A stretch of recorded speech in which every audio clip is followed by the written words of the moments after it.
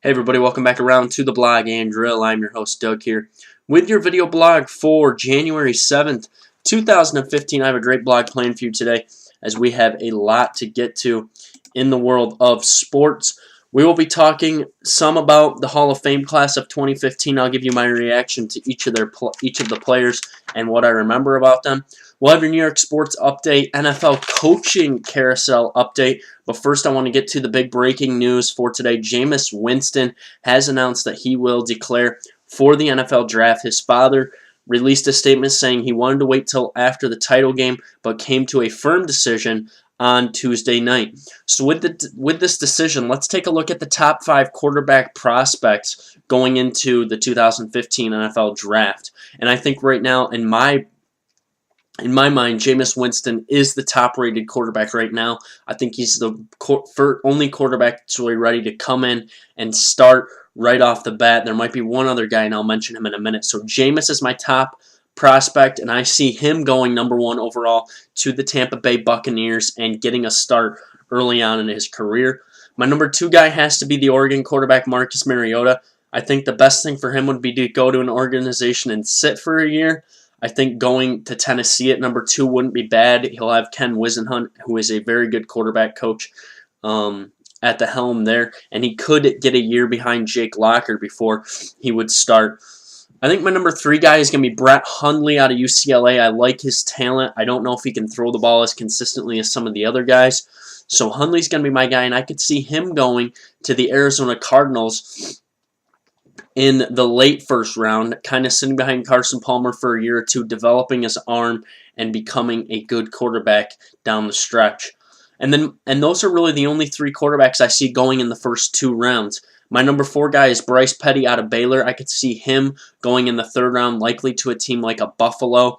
I think he'd be a good fit in Buffalo. I think he has a strong arm, and Buffalo has some good weapons, so that'd be a good fit for him. He also can move around a little bit too, so he's not going to be a statue in the pocket. And finally, my #5 guy is a guy out of Western Kentucky, Brandon Doty. I like this guy a lot. I think he has major upside, and I could see him thriving in an offense like the St. Louis Rams where they have a lot of running game and some quick receivers. So I could see him going in the 3rd round to the St. Louis Rams. So we'll talk a lot more draft stuff coming up, and we'll also talk college football playoff on our next episode as well. The 2015 Hall of Fame class for Major League Baseball has been released. We have 4 guys that got in: Randy Johnson, Pedro Martinez, John Smoltz, and finally Craig Biggio. For Randy Johnson, I remember Randy pitching in the 2001 World Series against the Yankees, getting it done, him and Schilling for the Diamondbacks. He was just a nasty left-hander with that nasty slider. Really one of the best pitchers, probably could be considered the top left-handed pitcher of all time. And Pedro Martinez, I remember him with the Red Sox. I remember him pitching well against the Yankees, really having some big-time performance. He had a just destructive fastball, very improved changeup throughout his career. So Pedro was just a hard-fought, gritty guy. John Smoltz, I remember him with the Braves as the closer. He was a big-time closer, threw hard, just had a nasty side to him where he could just come in and get outs whenever he wanted.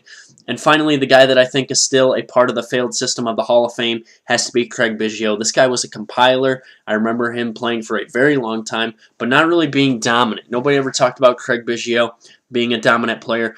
He compiled 3,000 hits over a long career, but he did league.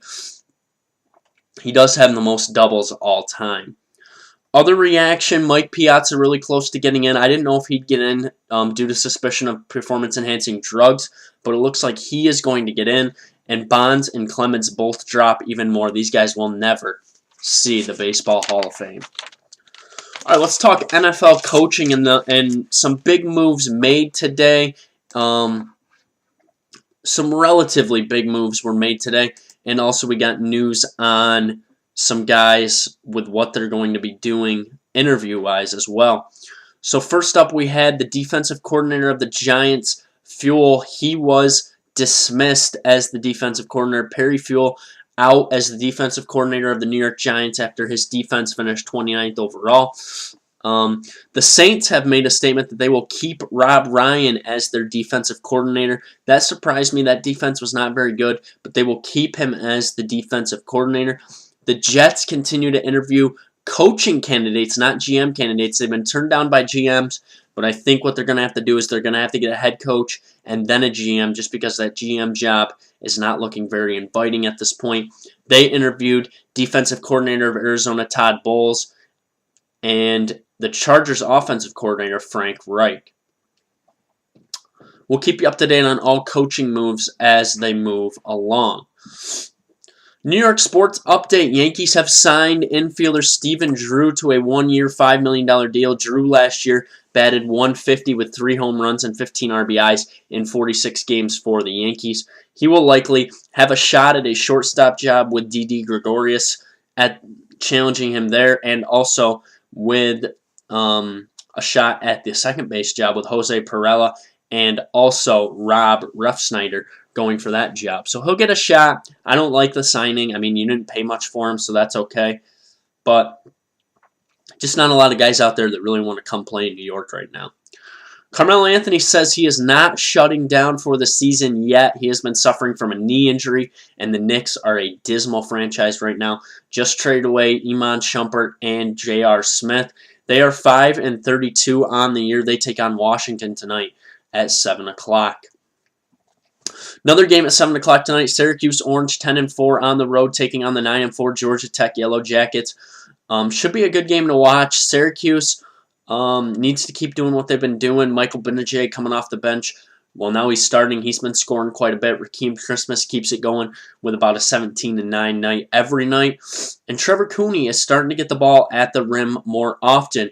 I think this is a good matchup for Syracuse. Syracuse has really good size, and Georgia Tech really has no great three-point shooters, which can kill Syracuse in a crunch. All right, I'll be back on Friday or Saturday with my football picks for the weekend. We'll also talk some national championship stuff as well. Thanks for tuning in to the Blog and Grill. You can follow me on Twitter at YankeeBaller415. Also, check me out on SportsMindedNews.com. You can comment, questions, subscribe to my page. Thanks for tuning in. I'll be back on Friday. Have a great rest of your week.